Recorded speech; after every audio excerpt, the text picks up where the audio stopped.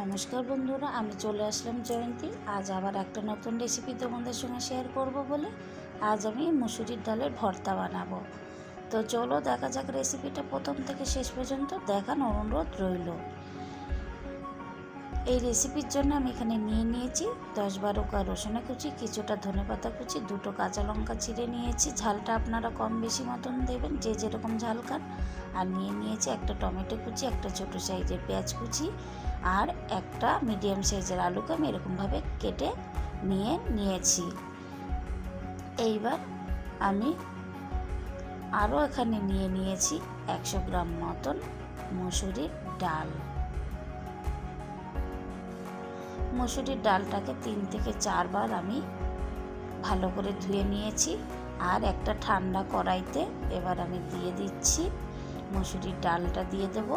আর দিয়ে দেবো ধনেপাতা, পেঁয়াজ, রসুন, আলু কুচি, টমেটো, লঙ্কা কুচি, সমস্ত কিছু আমি ওই ডালের মধ্যে দিয়ে দিয়েছি।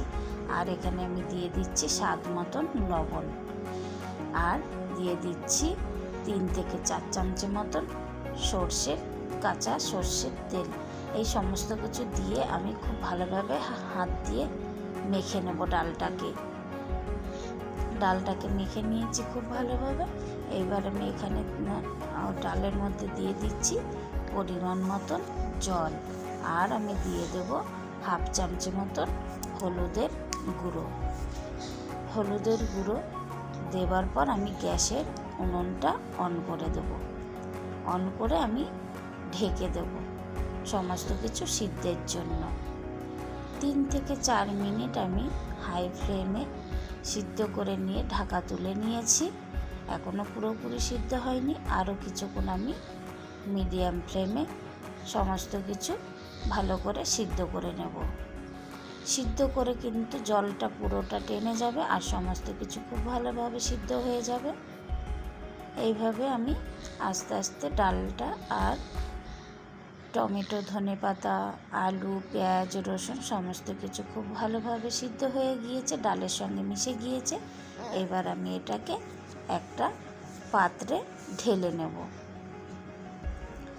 এই রেসিপিটা কিন্তু অত্যন্ত সুন্দর হয় খেতে, অসাধারণ লাগে গরম ভাতের সঙ্গে। যারা এই রেসিপিটা এখনো পর্যন্ত খাওনি, অনুরোধ করব তারা অবশ্যই এই রেসিপিটা বাড়িতে ট্রাই করবে। অনেক বেশি ভালো লাগবে গরম ভাতের সঙ্গে।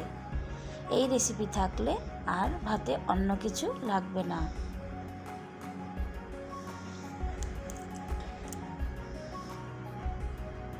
এবার আমি কড়াই থেকে ডাল সিদ্ধটা একটা প্লেটে ঢেলে নিচ্ছি।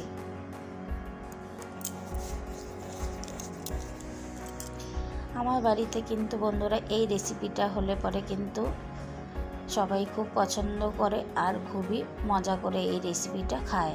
তোমরাও ট্রাই করতে পারো বাড়িতে এই ধরনের রেসিপি। আশা করি তোমরাও খুবই ভালো খাবে।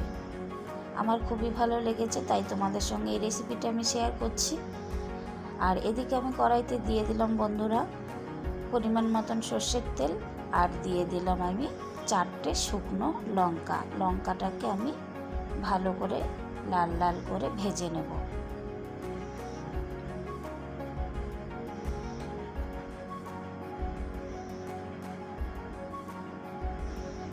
এরকমভাবে মিডিয়াম ফ্লেমে আমি লঙ্কাটাকে ভেজে নিয়েছি। আর এবার আমি ডাল সিদ্ধের মধ্যে শুকনো লঙ্কা ভাজা 4টে দিয়ে দিলাম। আর আমি দিয়ে দেব শুকনো লঙ্কা ভেজেছি যেই তেলটা, সেই তেলটা আমি ওপর দিয়ে দিচ্ছি। এরপর আমি একটু ঠান্ডা করে লঙ্কাগুলোকে ভালো করে ডালের সঙ্গে মেখে নেব। সমস্ত শুকনো লঙ্কাগুলোকে আমি ডালের সঙ্গে খুব ভালো করে মেখে নিচ্ছি।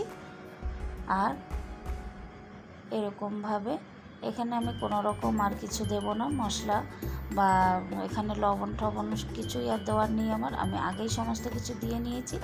জাস্ট আমি শুকনো লঙ্কাটা দিয়ে এটাকে হাতের সাহায্যে খুব ভালোভাবে আমি মেখে নেব।